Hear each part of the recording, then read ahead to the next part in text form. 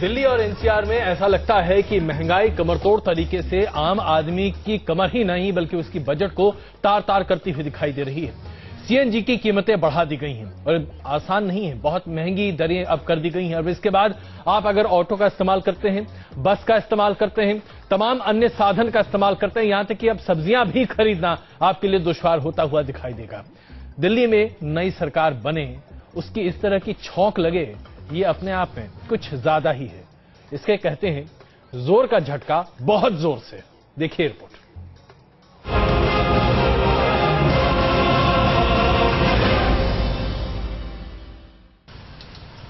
दिल्ली में नई सरकार सत्ता संभालने जा रही है, लेकिन उससे ऐन पहले सीएनजी की कीमतें बढ़ा दी गई। पिछले 3 महीने में ही सीएनजी की कीमतों में ये दूसरी बढ़ोतरी है। नतीजा, दिल्ली में अब सीएनजी की कीमत 50 रुपए के पार पहुंच चुकी है और इसके बाद ऑटो चलाने वालों के बीच जबरदस्त गुस्सा दिख रहा है। केजरीवाल साहब ने कहा है कि अभी देखो कैसे बढ़ गई है गैस, 4.5 रुपए किलो। अभी वही जवाब देंगे, हम कैसे दो, हम छोटे मोटे। आपको लगता है, विश्वास है आपको केजरीवाल तो कुछ कर पाएंगे? अब जो जुबान भी तो एक चीज होती है, देखो क्या करते हैं, अगर करेंगे तो आगे जवाब हम देंगे, वोट तो हमने ही देना। सीएनजी की कीमत 4.5 रुपए बढ़ने से पहले ही महंगाई से त्रस्त आम जनता की जेब और ढीली होगी। इसके अलावा पाइपलाइन के जरिए घरों में पहुंचाए जाने वाली रसोई गैस भी 5 रुपए महंगी हो गई है। लेकिन जनता की जेब पर सबसे ज्यादा असर डालेगी सीएनजी की महंगाई, क्योंकि अब आपको ऑटो वालों को ज्यादा किराया देना पड़ सकता है। साथ ही साथ सीएनजी किट वाली निजी गाड़ियों में सफर करना भी महंगा पड़ेगा। जाहिर है, जनता के बीच भी नाराजगी कम नहीं। जिसको काम पे डेली आना जाना है और उसकी पॉकेट से तो पैसे निकल ही रहे हैं लगातार। अब पता नहीं ये कहाँ जाके फुल स्टॉप होगा, इन महंगाई का समझ नहीं आ रही है। मुश्किल है, लेकिन मुश्किल है और ये बहुत ही दुख की बात है और आम आदमी का सरवाइव करना बहुत मुश्किल हो गया है। अब हम देखते हैं कि केजरीवाल जी बने मुख्यमंत्री और ये कितना अगर सीएनजी को कंट्रोल करते हैं। ये इनके लिए सबसे बड़ी अपॉर्चुनिटी और सबसे बड़ी बात इनके लिए रहेगी अगर इनको कम करा दे तो। अब जरा समझिए, नई दरों के लागू हो जाने के बाद दिल्ली एनसीआर के शहरों में आपको किस दर पर सीएनजी गैस मिलेगी। दिल्ली पहले 45 रुपए 60 पैसे और अब 50 रुपए 10 पैसे प्रति किलो।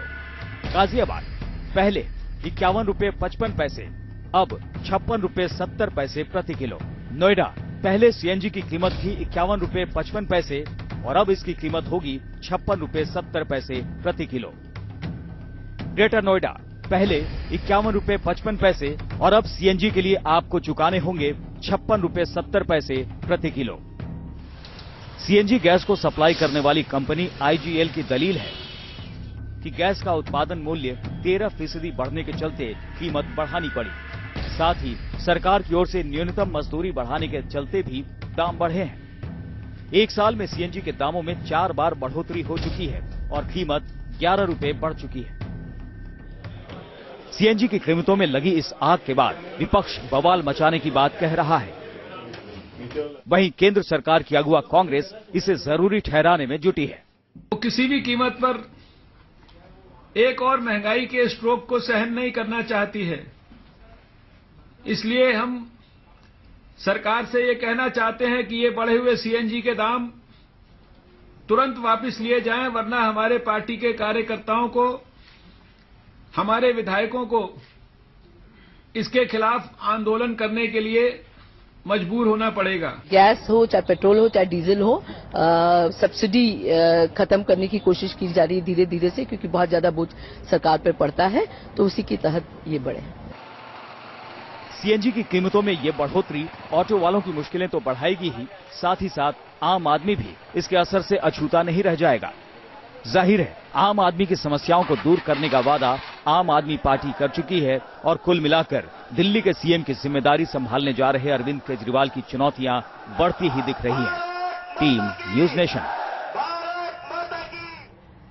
चलिए, तो केजरीवाल के लिए नई चुनौती है, लेकिन आम आदमी के लिए महंगाई का झटका है और सबसे ज्यादा दिक्कत उन ऑटो चालकों की है जो केजरीवाल के संदेश वाहक का काम करते हुए नजर आए। तो कहीं वो तबका केजरीवाल से कितनी उम्मीदें पालेगा और कैसे इस समस्या से निजात पाएंगे केजरीवाल, ये भी उनके लिए सवाल होगा। सईद हमारे साथ इस वक्त जुड़ रहे हैं, हमारे संवाददाता, और साथ ही साथ सईद आमिर हुसैन हमारे साथ जुड़े हुए हैं एक सीएनजी स्टेशन से, और हमारे साथ दिनेश जी हैं फाइनेंशियल एक्सपर्ट, और हमारे साथ कुछ ही देर में रुमान भी जुड़ जाएंगे। लेकिन सबसे पहले मैं सीधे चलूंगी सईद के पास। सईद आमिर, वहां पर मौजूद अगर ऑटो चालकों से आप बात कर सकें और बता सकें कि किस तरह से उनको ये महंगाई के पीछे जो दरें बढ़ाई गई हैं, इसके पीछे क्या कुछ साजिश नजर आती है या फिर उन्हें लगता है कि नहीं उचित है ये? बिल्कुल बेनाज, इस समय हमारे साथ कई ऑटो चालक हैं जिनका साफ तौर पर कहना है कि कहीं ना कहीं ये जो बढ़ोतरी सीएनजी में की गई है उससे वो काफी परेशान है। किराया लेने ऐसा लगता है कि कुछ तकनीकी दिक्कत है जिसकी वजह से हम अभी आमिर से फिलहाल बातचीत नहीं कर पाएंगे। ऑटो वाले वहां पर किस तरीके से अपनी प्रतिक्रिया दे रहे हैं ये आपको दिखाते हैं। लेकिन इस बीच दिनेश, जिस तरीके से सीएनजी की कीमतें बढ़ाई जा रही हैं, जाहिर सी बात है कहा जाएगा अंतर्राष्ट्रीय बाजार में कीमतें बढ़ रही हैं, उसका असर हमारे बाजार में होगा ही होगा।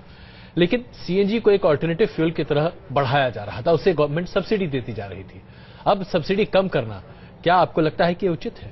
नहीं, इसमें सिर्फ रीजन जो है वो सब्सिडी कम करना नहीं है। अब देखिए, इस देश में आजकल अच्छा हो या बुरा हो, हर चीज की जो एक रूट कॉज है या स्टार्टिंग पॉइंट आप बोलें तो वो गुजरात में ही होता है। तो इसका जेनेसिस भी कहीं ना कहीं थोड़ा सा गुजरात से ही ओरिजिनेट होता है। तो यहाँ भी नरेंद्र मोदी की छाया है। नहीं, यहाँ पे एक्चुअली ऐसा हो रहा था कि जो सीएनजी का एलोकेशन था सब्सिडाइज का, वो अनइक्वल हुआ करता था। तो मेनली जो इसका डिस्ट्रीब्यूशन था वो दिल्ली और मुंबई की डिस्ट्रीब्यूटिंग कंपनीज को किया जाता था।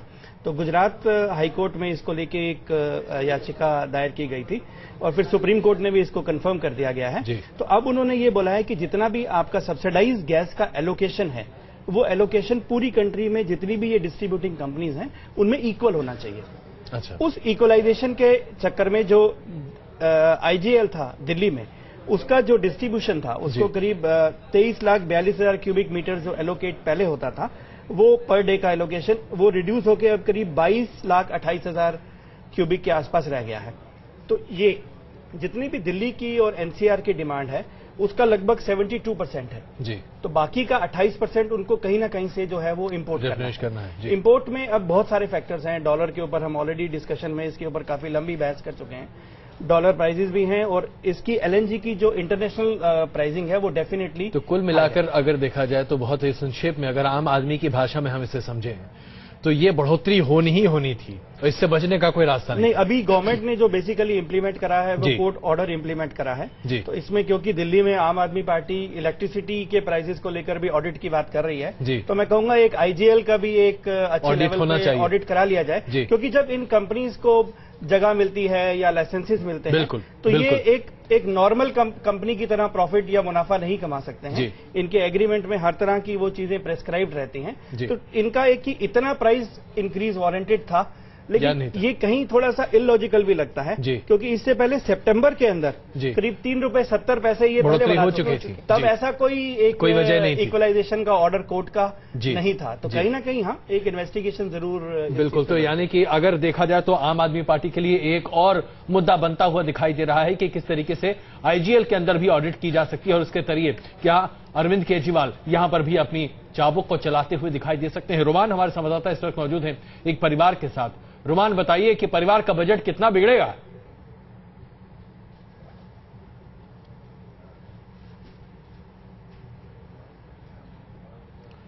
रुमान, आप हमारी आवाज सुन पा रहे हैं?